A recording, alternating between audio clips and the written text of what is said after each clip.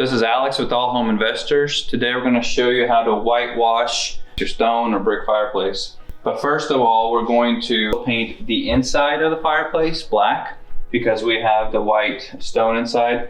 If you're not going to do that, you can skip to the next chapter and don't worry about this, and you can just skip to whitewashing the fireplace. So first step, you want to turn off your gas. If you don't have a tool to turn off your gas, if you can see here, you'll find a spot somewhere with a turn off valve. It's typically a square one. You can pick this up at Lowe's. It's called a 4-way key. So first step is you want to put that in there. Lefty-loosey, righty-tighty. So most of it has on-off. So we're going to turn the gas off. That's completely off.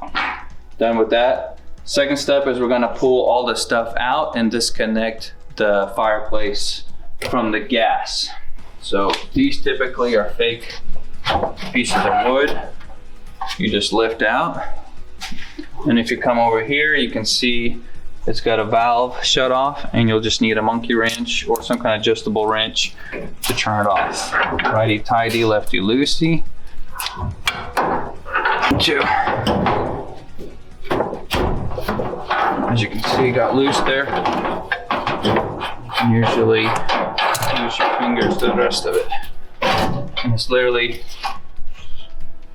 removing it and just setting it aside. We're going to scuff up the smooth metal to help the paint stick to it. So let's do that first. Oh, and you can use any medium grit sandpaper to do that.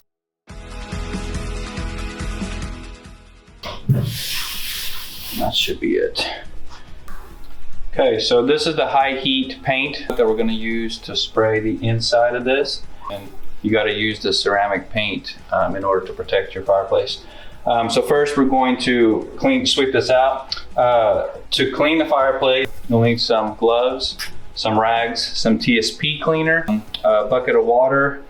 I'm also going to remove the screen and this backing and spray it outside to remove fumes inside the home. So first I'm going to sweep it. Now we're going to remove the screen. Most of them are just screws. In order to make the TSP cleaner, this one specifically says add 8 ounces per gallon for general cleaning, or you could do 16 ounces per gallon for heavy degreaser. Use your gloves. This bottle is already marked for the ounces. So it tells you 8, 16, 24. So you just pour, I already have a gallon of water here. You just pour your 8 ounces.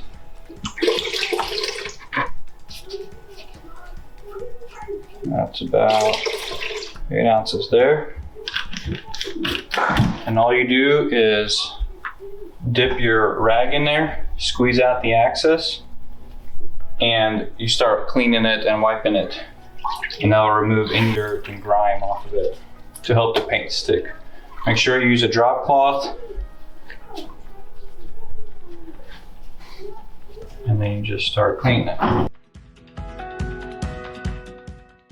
As you can see, it's pulling dirt off of it.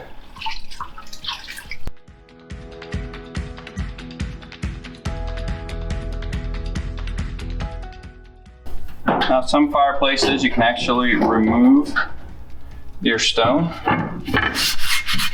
back. It's easier for you, you can remove it to clean it. And I'm going to remove mine to paint it outside, other than the few metal spots back here. I'm going to use my screwdriver, and these blocks are held by these screws. So you just take these little brackets off, and then these come out, and you can take them out outside. I believe you have to let it dry for, I think it was 30 minutes. Probably even pull some of these out without having to take the brackets off like that. Now we're at the point to clean with TSP the fireplace stone to help the paint stick to it. I got a new rag because the fireplace got the other one pretty dirty.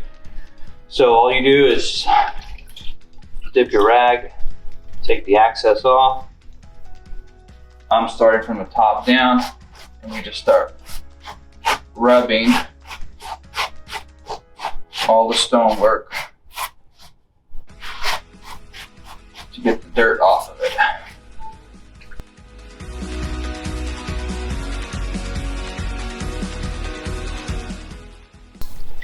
All right, so as I'm finishing up cleaning this fireplace,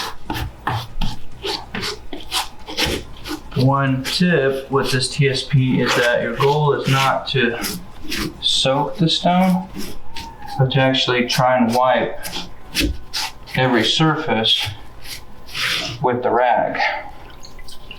Dirtiest surface is going to be the horizontal surface that people sit or step. If you have kids, run around on, spill stuff on, you name it. So that's where you want to really put some effort in.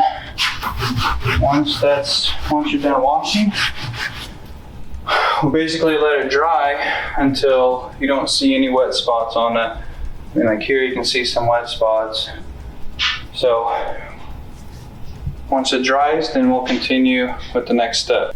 So we had a little camera issue and it didn't record the first section. So we're going to record the second section of me painting it. We use frog tape to tape off any edges that we don't want hit. And the reason we use frog tape is because it has technology on its edge. As soon as it gets wet, it expands and seals up and gives you a perfect line. So make sure you wear a spray mask inside, open a couple windows inside, turn the fans on, and we're gonna do the final coat on the inside of the fireplace. You wanna overlap your lines, and you wanna go fast, and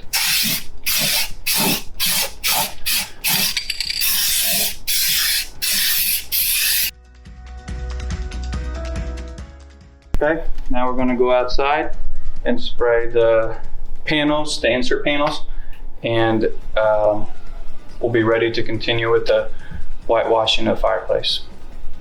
So we're outside now and we're gonna finish out spraying these insert panels with the same high temp paint.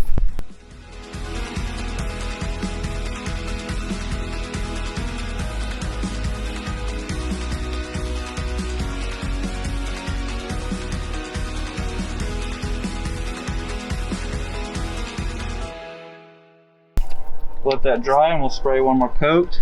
If you come around here, I'll show you, you want to spray from the opposite direction that you sprayed at, because you can see here, as I was spraying this way, it missed the spots here. So always spray from both directions when you do your two coats. So let's go ahead and knock that out.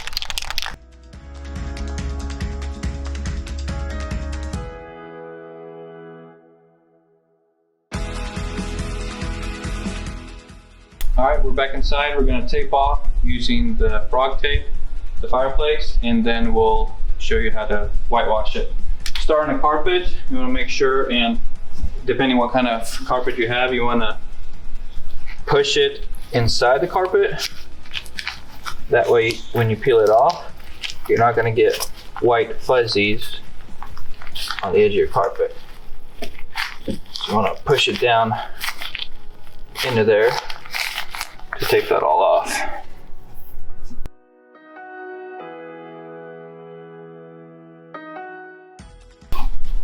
I usually start from the top down.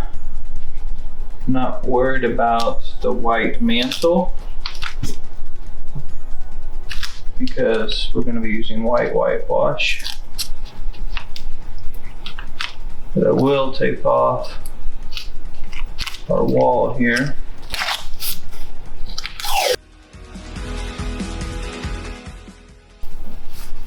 Make sure that you press the edge that's going to get activated so you get a clean line.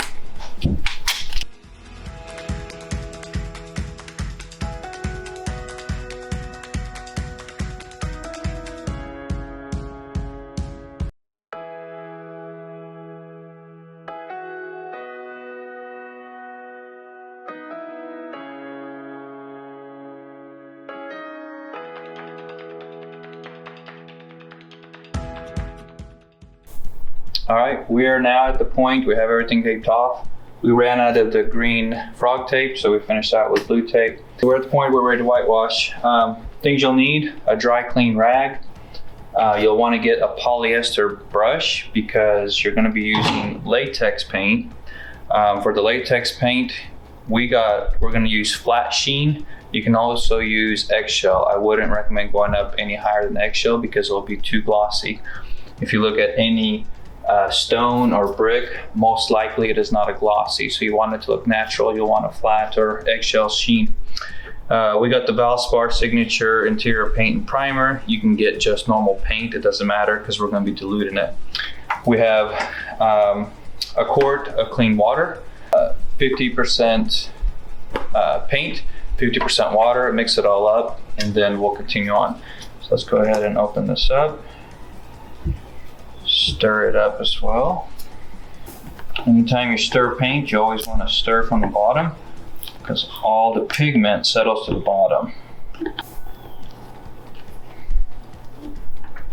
And gloves are optional. It's up to you how clean you are. You don't have to wear gloves because this stuff is water-based and they'll wash off. So we'll go ahead and dump it all in here. I'm going to mix it up. We'll pretty much have the consistency of white water. Just remember, we're not painting the stone or brick, we're whitewashing it. So we're going to be washing it with this. And I'll show you two techniques that you can use depending on how white you want your final product to look like. If you complete it, the nice thing about it is if you think it's still too dark for you, you can let it dry and do another coat without any issues. Basically, dip your brush. It will be super runny, so make sure you get the excess off. I always use a rag to keep underneath it. And you just start literally washing the grout, the stone or brick, depending on what you're doing.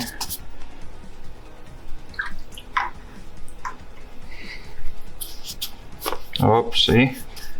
That's why you gotta get all the excess off, which I did not. You learn from my mistakes.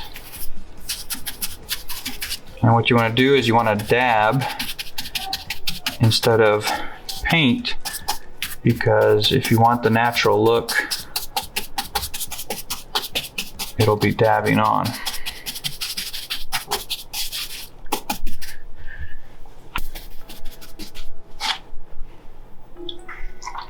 Gonna get all the excess off.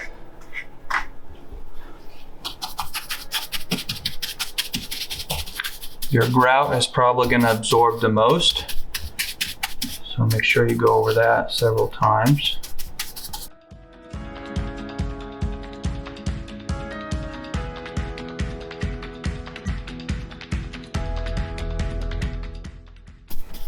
So depending on the color of your stone or brick, one, you could leave it as is after dabbing it on. And here's why you want to dab it. If you brush it, you'll see brush marks because this is very liquidy mixture. But if you dab it, it's going to look natural and you won't be able to see where it's been painted on. So you could leave it as is, like that, or dab it off.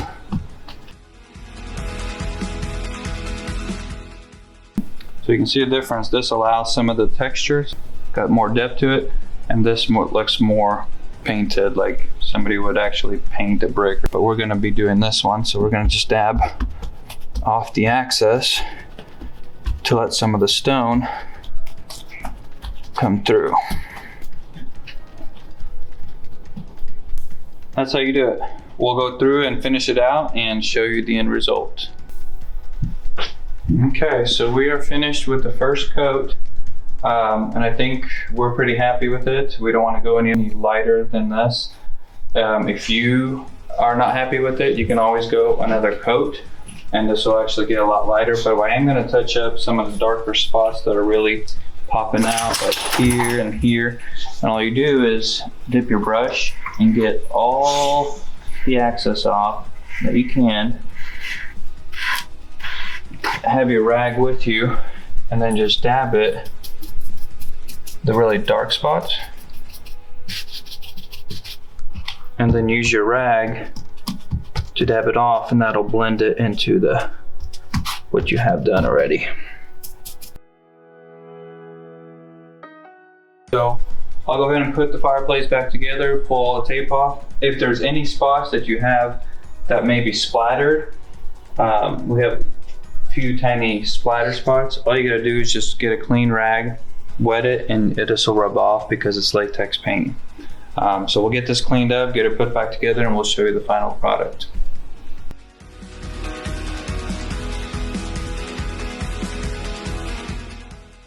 And there you have it. Whitewashed fireplace. Everything cleaned up just fine. You can see the inside's nice and black. Doesn't stand out, doesn't have any contrast. Don't forget to like, comment, subscribe. Thanks, bye.